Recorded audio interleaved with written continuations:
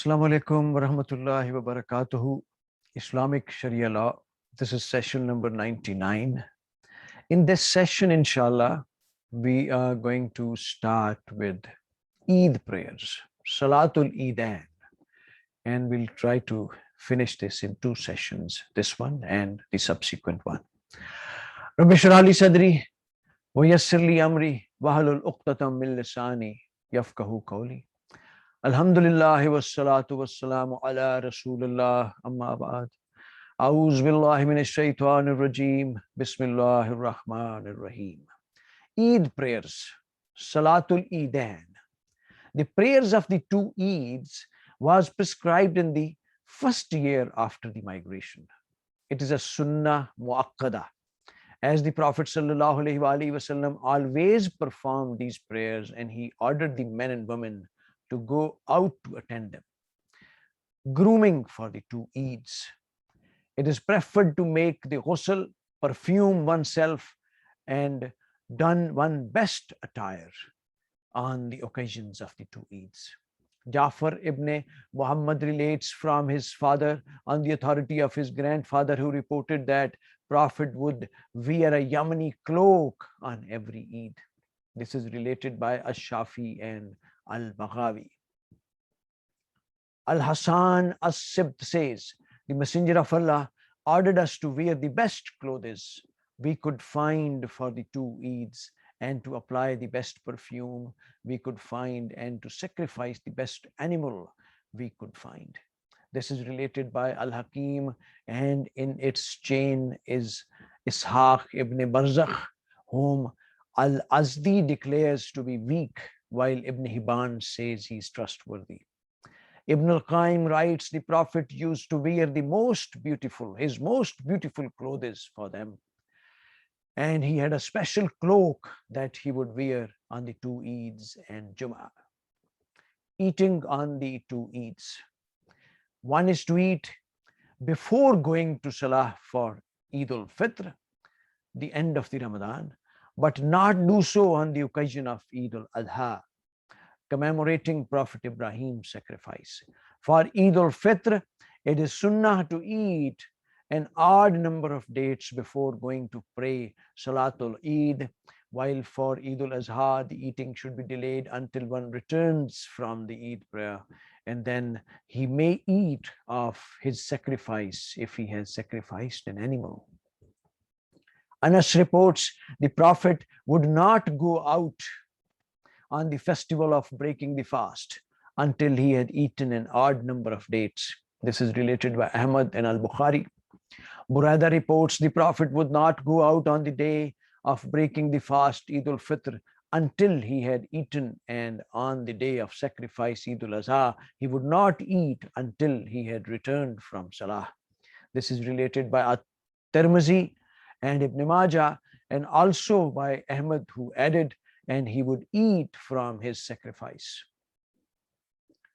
In Al-Muwatta, it is recorded from Sa'id ibn al-Musayyab that the people were ordered to eat before they go out on the day of breaking the fast.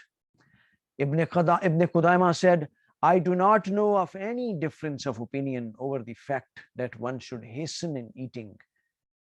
Eat early on the day of breaking the fast. Going out to the Musalla, place of prayer. Salatul Eid can be performed in the mosque, but it is preferred to perform in a place outside the city as long as there is no excuse or reason to do otherwise. For example, rain or so on, as the Prophet would pray the two Eids in the outskirts of Medina, and he never prayed it in his mosque except one, and because it was raining. Abu Huraira reports that it was raining on the day of Eid, so the Prophet led them in Salatul Eid in the mosque. This is related by Abu Dawud, Ibn Majah, and Al-Hakim, and its chain contains an unknown narrator. Al-Hafiz says in At-Talkhis, its chain is weak, and Az-Zahabi asserts this hadith is rejected. Women and children going out to attend Eid prayer. Sharia requires women and children to go out to attend the Salatul Eidain. This includes married, single, young, old, and menstruating women. Atiyah reports, we were ordered to go out with the single and menstruating woman to the two Eids in order to witness the good and the supplications of the Muslims. Then menstruating women would be separate from the others. This is related by Al-Bukhari and Muslim. Ibn Abbas says that the Prophet would take his wives and daughters to the two Eids. This is related by Ibn Majah and Al-Bayhaqi. Ibn Abbas further reports, if I went out with the Prophet on the day of breaking the fast or of the sacrifice, and he prayed and gave a khutbah, and then he went to the women and admonished them, reminded them of Allah, and ordered them to give charity. This is related by Al-Bukhari. Taking different routes to and from Musalla. Most of the people of knowledge are of the opinion that it is preferred for a person to go to Salah by one route and then to return home through another route, regardless of whether he be the Imam or a member of the congregation. Jabir reports, on the day of the Eid, the Prophet would take different routes. This is related by Al-Bukhari. Abu Huraira says, when the Prophet went to Salatul Eid, he would return through a different route. This is related by Ahmad, Muslim, and At-Tirmizi. It is permissible to return through the same route, but by which one goes to the Musalla.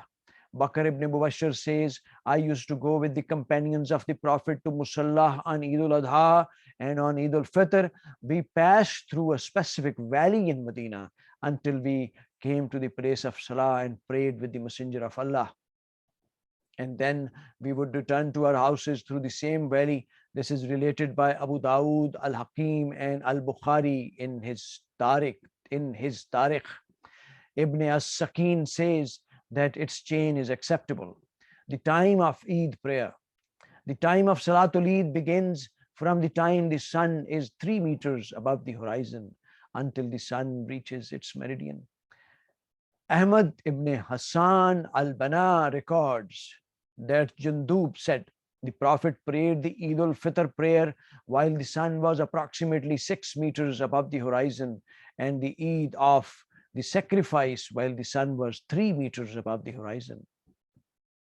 Ash-Shawkani says, this is the best of what has been related concerning the specific time of Salatul Eidain, and the hadith shows that it is preferred to hasten in praying Salatul Azha and to delay the Salatul Fitr.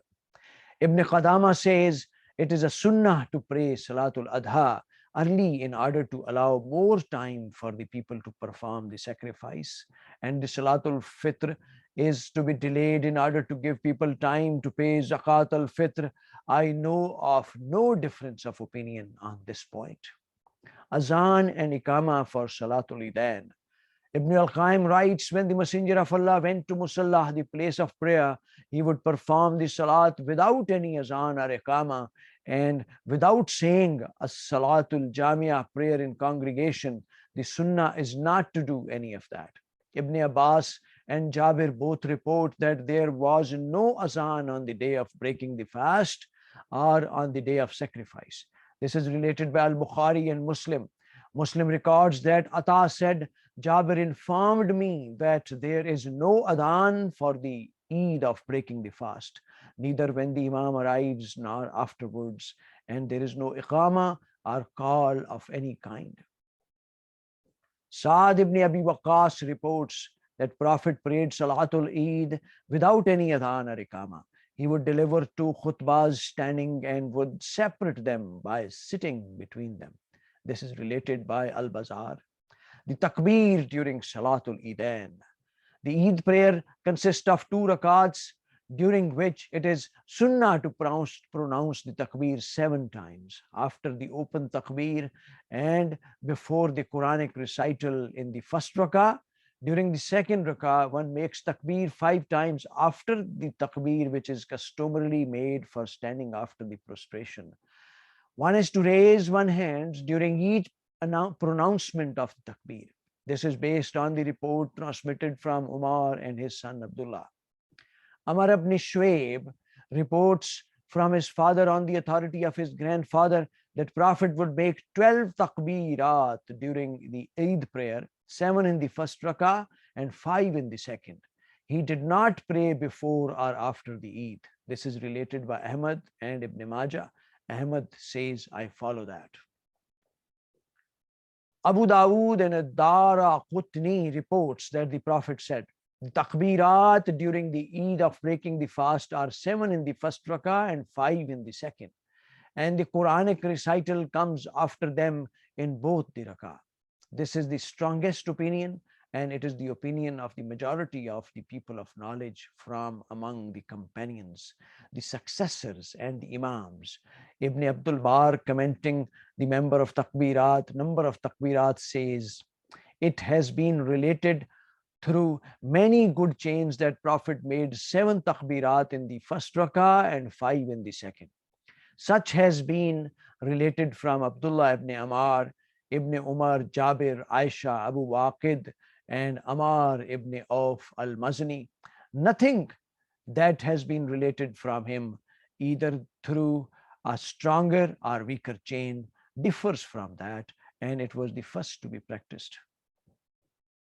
As to the pause between takbirat, it is said that the Prophet would be silent for a short period of time between takbirat, and nothing has been related from him concerning exactly what he said during that pause. However, At-Tabarani and Al-Bahaqi relate with a strong chain that Ibn Mas'ud would praise and extol Allah, the Exalted, and make prayers upon the Prophet during such intervals. The same has been recorded from Huzaifa and Abu Musa, pronouncing the takbirat are a sunnah, even though the salah is not invalidated if one rejects them, if one neglects them, either intentionally or out of forgetfulness. Ibn Qudama says, I know of no difference of opinion on that point. Ash-Shawkani states that the strongest opinion is that if one does not perform the takbirat out of forgetfulness, he is not to perform the prostrations of the forgetfulness. Prayer before or after Salatul Eid. It is not established that there is any sunnah prayer before or after the Eid prayer. The Prophet never performed any such prayer. Neither did his companions upon arrival at the Musalla, the prayer place. Ibn Abbas reports the Messenger of Allah went out to the site of the Eid prayer and prayed 2 rakat, that is the Eid prayer, without praying anything before or after it. This is related by the group. It is reported that Ibn Umar did the same, and he stated that this was the practice of the Prophet.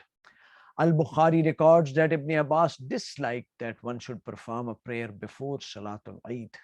Concerning voluntary prayers at such a time, Ibn Hajar has stated in Fath al-Bari that there is no evidence to show that it is not allowed, unless it is at the times in which it is disliked to pray on any day. So, ladies and gentlemen, here I would like to end this session, but inshallah, Eid prayer, Salatul Eid topic will be continued in the next session as well, and we will finish this topic into that session. Let's all together pray from Allah subhanahu wa ta'ala that may He grant us sincere intention and resolve to learn commandments of Holy Quran, Siratul Nabi, Hadith and Sunnah sallallahu alayhi wa sallam, and may He grant us wisdom, courage and strength to pass this benevolent knowledge to others and to apply it on our societies, countries and world as a whole in letter and spirit 100%. May Allah subhanahu wa ta'ala be our best guide and protector, and may He bestow upon all of us what is best suited for us. Ladies and gentlemen, please take care of yourselves, your kith and kins, and your environment as a whole. Inshallah, till next session. Allah Hafiz.